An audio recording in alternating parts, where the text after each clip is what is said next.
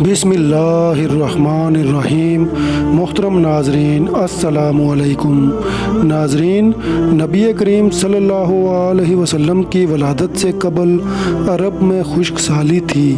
کھیتوں اور سرسبز و شاداب وادیوں میں خاک اڑ رہی تھی، لیکن جس سال نبی کریم صلی اللہ علیہ وسلم اپنی والدہ کے حمل میں آئے تو اچانک دنیا ہی بدل گئی۔ زمین سرسبز و شاداب ہو گئی، درخت ہرے بھرے ہو گئے، بادل جھوم جھوم کر آتے اور خوب بارش ہوتی۔ اس سال اس قدر انعام و اکرام ہوا کہ عربوں نے اس سال کو خوشحالی کا سال قرار دیا۔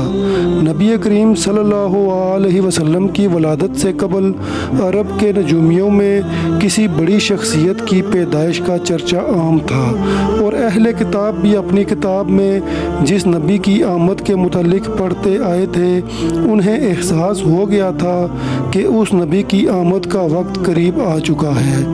نبی کریم صلی اللہ علیہ وسلم کی والدہ نے آپ کی ولادت کے وقت ایک خواب دیکھا کہ ان میں سے ایک نور نکلا جس سے شام کے محلات روشن ہو گئے۔ لہٰذا جب نبی کریم صلی اللہ علیہ وسلم پیدا ہوئے تو ان کی والدہ سے ایسا نور ظاہر ہوا جس سے مشرق و مغرب کے درمیان ہر چیز روشن ہو گئی۔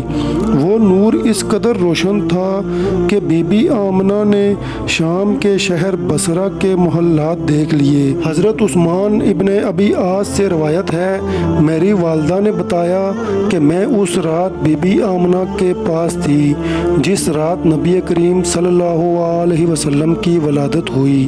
میں گھر میں ہر طرف روشنی اور نور محسوس کرتی، جیسے کہ ستارے قریب سے قریب تر ہو رہے ہیں، یہاں تک کہ مجھے گمان ہونے لگا کہ کیا یہ میرے اوپر گر پڑیں گے۔ جب نبی کریم صلی اللہ علیہ وسلم کی ولادت ہوئی تو خانہ کعبہ نور سے منور ہو گیا اور ستارے زمین کے قریب ہو گئے۔ فرشتوں نے آہستہ اور اونچی آواز سے اعلان کیا، حضرت جبریل علیہ السلام بشارت لائے اور عرش خوشی سے جھوم اٹھا۔ حوریں اپنے محلات سے نکل آئیں اور عطر نچھاور کرنے لگیں۔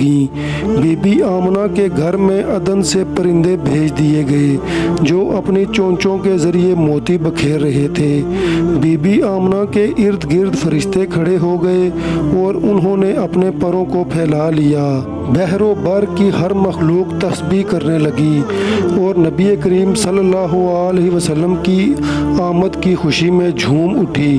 مشرق کے چرند و پرند مغرب کے جانوروں کے پاس مبارکباد لے کر گئے اور یہی عمل آبی جانوروں نے بھی کیا۔ نبی کریم صلی اللہ علیہ وسلم کی ولادت سے کفر کے ایوانوں میں بھی ہلچل مچ گئی۔ ناظرین، نبی کریم صلی اللہ علیہ وسلم کے والد محترم حضرت عبداللہ آپ کی ولادت سے قبل ہی انتقال کر چکے تھے۔ آپ کے دادا حضرت عبد المطلب نے جب پوتے کی ولادت کی خبر سنی تو کعبہ میں جا کر سجدہ ریز ہو گئے اور اس نعمت پر خدا کا شکر ادا کیا۔ اسی وقت آپ نے یہ منظر دیکھا کہ کعبہ کے ارد گرد موجود تمام بڑے بڑے بت سب منہ کے بل الٹ گئے اور زمین پر گر پڑے۔ دوسری مذہبی کتابوں میں موجود ہے کہ اس رات دنیا کے تمام بت گر گئے تھے۔ نبی کریم صلی اللہ علیہ وسلم کی ولادت کی رات کسریٰ کے محل میں زلزلہ آ گیا اور اس کے 14 کنگرے گر پڑے۔ بحر تبریہ کا پانی خشک ہو گیا اور فارس کے آتش کدے کی آگ بجھ گئی جو 1000 سال سے مسلسل جل رہی تھی اور ایک لمحے کے لیے بھی اسے بجھنے نہیں دیا گیا تھا۔ آتش پرست اس آگ کی پوجا کیا کرتے تھے۔ کسریٰ اور قیصر کے شاہی محل میں زلزلہ آنا اس جانب اشارہ تھا کہ اب دنیاوی جاہ و جلال کے جھوٹے محل زمین بوس ہونے والے ہیں اور خود ساختہ خداؤں کی عظمت ملیہ میٹ ہونے والی ہے۔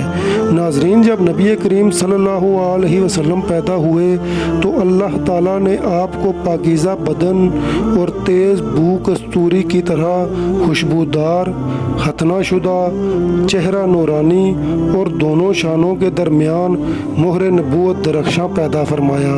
نبی کریم صلی اللہ علیہ وسلم کی اس دنیا میں تشریف آوری کے ساتھ ہی کفر و ظلمت کے بادل چھٹ گئے۔ ناظرین، محسن انسانیت، سرور کائنات، امام الانبیاء حضرت محمد صلی اللہ علیہ وسلم کی ولادت اس دنیا کی تاریخ کا ایک عظیم واقعہ ہے۔ آپ تمام جہانوں کے لیے رحمت بن کر آئے۔ آپ کے وجود سے پوری دنیا میں نور حق پھیلا اور کفر و باطل کے اندھیرے دور ہو گئے۔